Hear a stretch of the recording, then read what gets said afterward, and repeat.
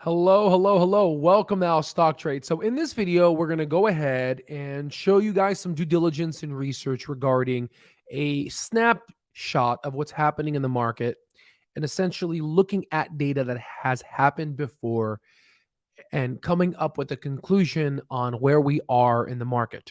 Okay. So without further ado, we're going to go ahead and essentially move forward here. Most likely, I'm not going to be making some videos in the next couple of days, except for the Clover Health earnings, which my goal is to cover, and I'll let you know by tomorrow.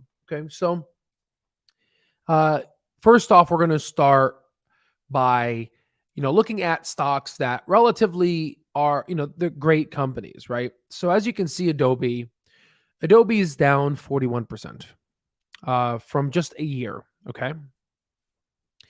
PayPal, another one that is free cash flow generating machine, is down 62%, almost 63% on the year. Okay. And whatchamacallit here? Meta Platforms, sorry, heard something there. Meta Platforms is down 69% on the year. Okay. 69%, like 70%, guys, right? And hello. Netflix is down 57%.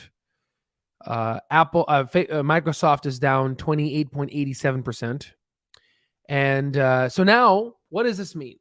Okay, so this is obviously on the year. This is from the 5-year. Okay, so what does this mean? Why am I showing you kind of from the year how stocks have been performing? Okay, well, as you can see, the market's down. Right, it's very clear. And the thing about the stock market that you need to understand is most likely many investors came in around this date, most likely during this time. Okay.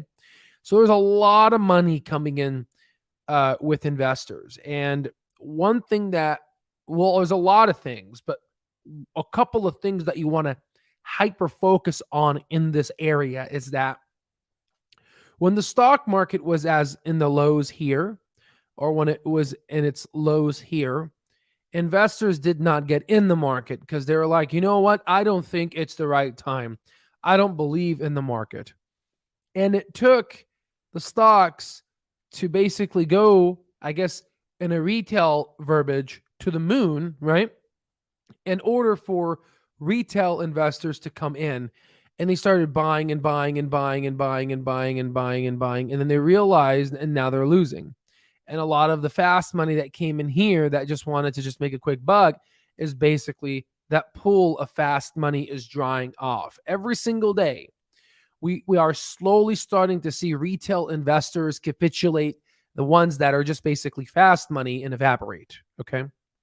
So this is very crucial because the way retail investors work is that they want to get in when they see the stock market high. The thing is, if you take the macroeconomic data of the Federal Reserve's interest rates and you print them on this 5-year chart, you will see that interest rates were historically low during this area because they dropped it because of the coronavirus. That caused a market frenzy to happen where people just wanted to basically put money in any speculative assets that had a heartbeat within the market. And the issue here is if you go to our mastering course from our intrinsic value calculation, every time you input a ticker symbol, you get a near bull to over a bull case estimate. And what I'm telling you is that it takes 3 to 5 years for a stock to ascend to its intrinsic value. Okay? So what ended up happening is because the Federal Reserve dropped interest rates to near zero, by the way, this video is going to be compounded with so much information. So buckle up and there's going to be a lot of learning. When the market hit this high is because the interest rates were low and everything ascended to its bull market value. So all of our members in the mastering course, when you were doing your due diligence, you were like, Al, all these stocks are or overvalued. They're hitting near or over their bull market estimates.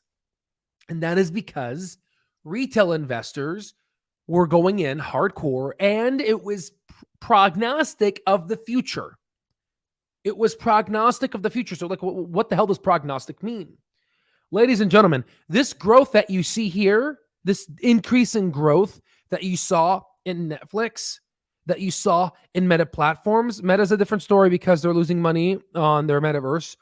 PayPal, this increase that you saw in PayPal, Adobe, this was a premature increase that would have happened in 2024, 2025, 2026, 2027.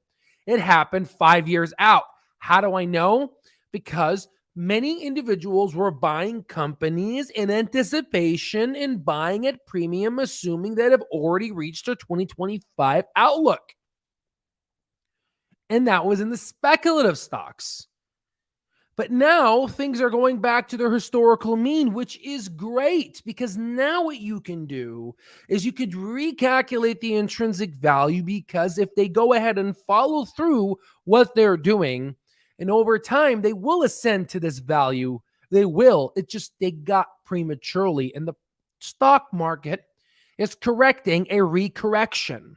You can look at Warren Buffett utilizing this terminology in his 40s.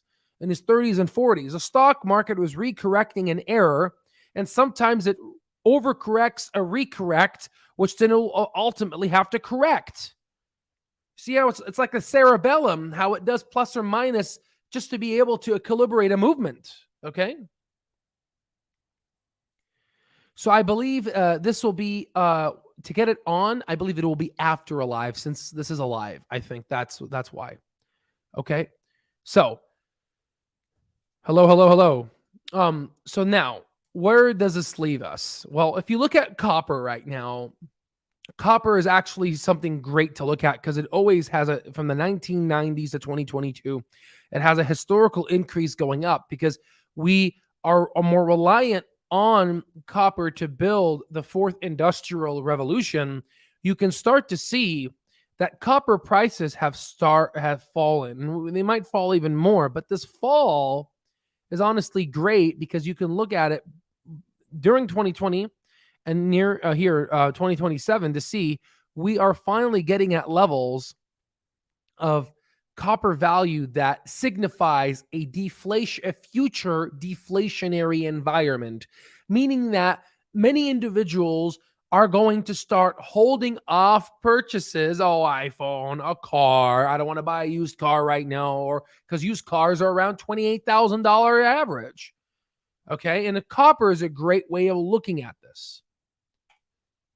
Now, if you look at margin debt, and here's where the knowledge is going to come in, okay? So buckle up. If you look at margin debt and percent growth, you can start to see that, during the pandemic, we got people leveraging like crazy, and maybe this is part of you. Maybe you were a part of the statistic. You were over leveraged on margin. Well, ladies and gentlemen, every time we see a margin low, on average, we are near a bottom. Sometimes it's a direct hit when we hit the bottom, but majority of times it is a pre-indicator that another percentage of a bottom will happen. The question is, as you can see, sometimes if we go from left to right, you can see the market just becomes more efficient. Perhaps maybe this shape will start going down, will go higher now. Maybe it is a direct hit, like what we experienced here in 2008, around that, right? So you can see this doesn't happen too frequently. When margin debt decreases, the amount of people go on margin, okay? But historically, if you again, looking at it versus doing data analysis is two different things. If you do the data analysis, what you can see is historically when this happens, you tend to get a bearishness in the market, okay? So what I'm going to be doing is I'm going to be giving you data that's bearish than bullish, because life is not black and white. It is gray. And as an investor, you need to take all this data, recalibrate it, and see what you think is going to happen, right? So I'm giving you both sides. And this is a great exercise, because that's what you got to do as an investor. You just can't look at one case. You buy AMC, you buy Ape, and that's it, right? Buckle up. We're going to be rich. You're going to be poor your whole life if you think that way. Okay, you got to think like you got to think like an investor. If you had a doctor that says, "I'm just going to do this treatment, I'm going to do this surgery, and that's it," that's a shitty doctor. Okay, so you got to be very careful with how you think. Okay, so now let's go ahead and look forward here. So whenever we had debt to margin, the margin decrease as well as a decrease in stocks, stocks follow this decrease as you can see here. Okay, so we may be going down more. Okay, all right. However, this is where the good news comes in. If you look at the stocks, the most closely watched S&P 500, we went from a 21-day close of a 21-day low of a close to a 21-day high of a close, meaning that we are seeing a bullish price reversal. If you look at this surge, this happened literally over 10 sessions where we surged extremely fast, which means that we are starting to build on momentum. So all those day traders out there that are looking at the MACD, well, that's what they're seeing right now. And I'm showing you data that comes before what day traders see, because you always want to be ahead of the market. Okay. Just like when I showed you the put values. Remember I showed you I'm seeing a lot of puts. And then I saw a lot of people on Reddit. I'm not seeing this on my data.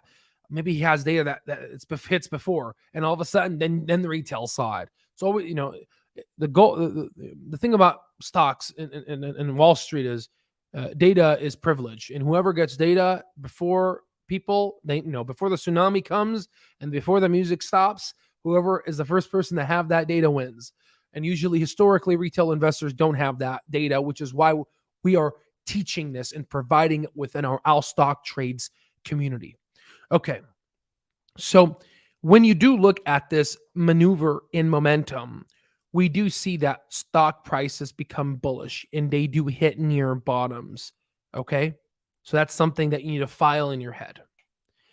Likewise, we are seeing a reversal in volatility. A volatility, it's it's from the Chicago, CBOD index here, and I like to think about it as the VIX, and the VIX here, and it basically is the fear index, and we're starting to see a reversal in the VIX, and every time we get this a particular decrease in reversal signal, we do see a drop. Meaning that potentially the fear index is supposedly going down. We are seeing it decrease, so that's something that you need to pay attention to. But again, this can be manipulated. You got to be careful with that. Wall Street's smart. Okay.